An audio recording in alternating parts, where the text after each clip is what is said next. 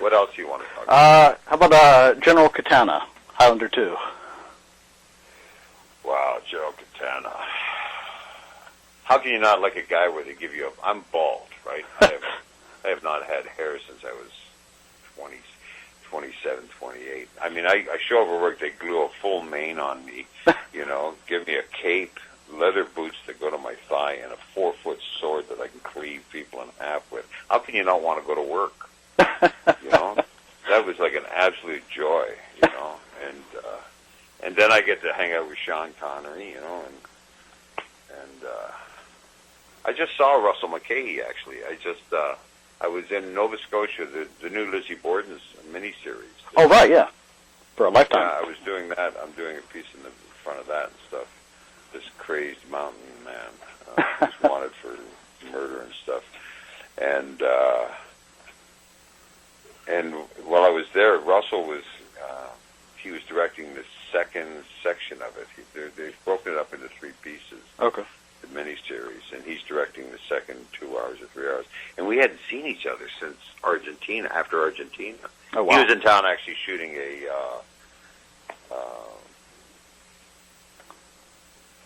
God, I can't remember his name. Billy, pop star, big head, plays piano. Yes, you are. Gay. From back in the 80s. 80s. What, Elton John? No. Elton John, yes. Okay, Elton yeah. John. Sorry, I just had a mental lapse. No problem. Russell directed all his videos. Okay. So he was in town doing an Elton John video, and he calls me and says, "Hey, let's go to dinner." Well, I'll go to dinner. So I'm at dinner with Russell and my wife, and Chris came along, and he brought Diane Lane with him at the time. He was married to her at the time and stuff like that. Right, yeah. And Diane's a hoot. Diane's a great friend. She's a hoot. We did Perfect Storm together, too. Oh, right, yeah. But, so anyway, I'm sitting there at dinner, and there's this guy with a beard and a long hair across from the table, and he's talking about how he's doing this Western. I said, how long have you been working on this script? He says, about 11 years. I went, dude, you know how, you're a cliche, how many people in this town have a first and second act and no finished third act? And we were laughing about it. He said, I know, but it's an obsession with mine. And I'm sitting there, and I go, oh, my God. He said, what?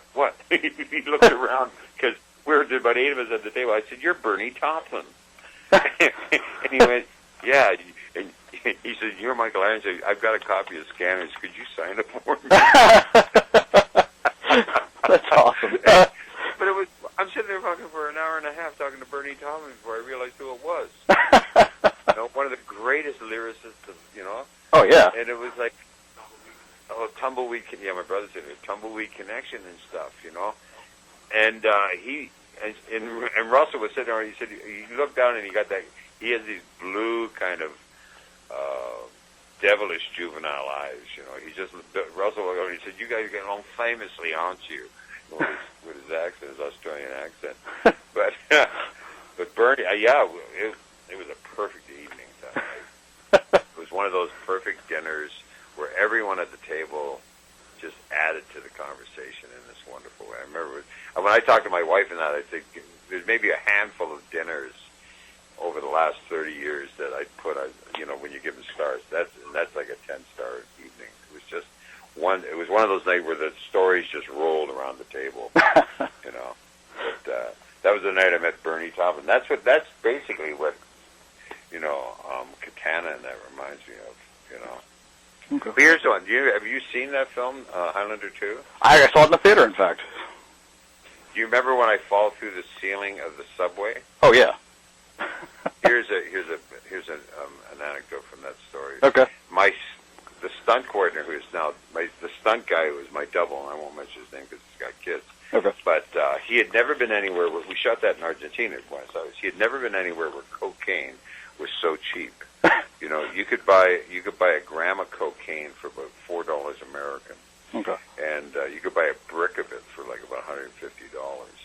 And he was hammered out of his mind on drugs while we were there. And we go to do this scene, and it was like I'd done all of the sword fighting training, and Frank Rosati was a stunt coordinator, a dear friend of mine, him and Tommy Huff. They're both passed now. But we learned how to sword fight and did all that stuff. And Chris Lambert, and we were all getting along great. But my stunt double, was. I mean, I remember he came and knocked on my door in the middle of the night, and he was totally naked. And one of the and he had paint all over his testicles. And I said, "Are you all right?" He said, "Could I borrow a pair of sweatpants?" And I said, "Well, why don't you go to your room?" He said, "There are people in my room." And I went, "Okay." So I gave him a pair of sweatpants. He said, "Thank you," and he smiled and ran down the exit. 2 days later, he had to do that stunt for me where we had built his subway car, and he had to walk along and crash through the floor because I come to Earth, if you remember, on a comet. Right. Crash through the cement into a subway, and then basically get all my stuff in the subway. All he had to do was sort of like hang on the ceiling. They blow the thing, and he falls face first, flat body through, you know. And he was so whacked out of his brains when we went to do the stunt. They blew it, and he decided, wait a second, and came through backwards and upside down and landed on his ass, and it was totally not useful, and broke his ankle in the process. And Russell was sitting there, and he went, "Oh Christ, what are we fucking going to do now?" And stupid me, being from Canada and stuff like that, where we used to do all our own stuff, and I said, "Well, I could probably help you out there." He says, "We don't have another train car." He says, "I don't know how we're going to do that." I said, "I think I know how to do this." And then I went, "What are you stupid asshole doing?" So we set it all up, and I hung from above the hole of the ceiling in the subway car.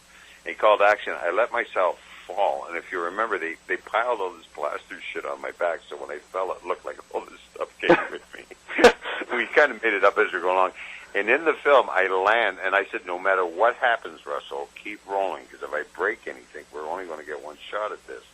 So when I landed on the floor of the subway with everyone staring at me, and the dust cleared. And when I got up, I literally forgot. I dinged my head a little bit coming through. I hit a crossbar on the subway, and I landed. And I remember thinking, did I break anything? And when I stood up, I'd broken my back before. I checked my back, and then I checked my shoulders and my hands while I was half bent over. And when I realized I had done it and I hadn't broken anything, I threw my head back and went, "Yes!" And that's when I realized, wait a second, the camera's still rolling.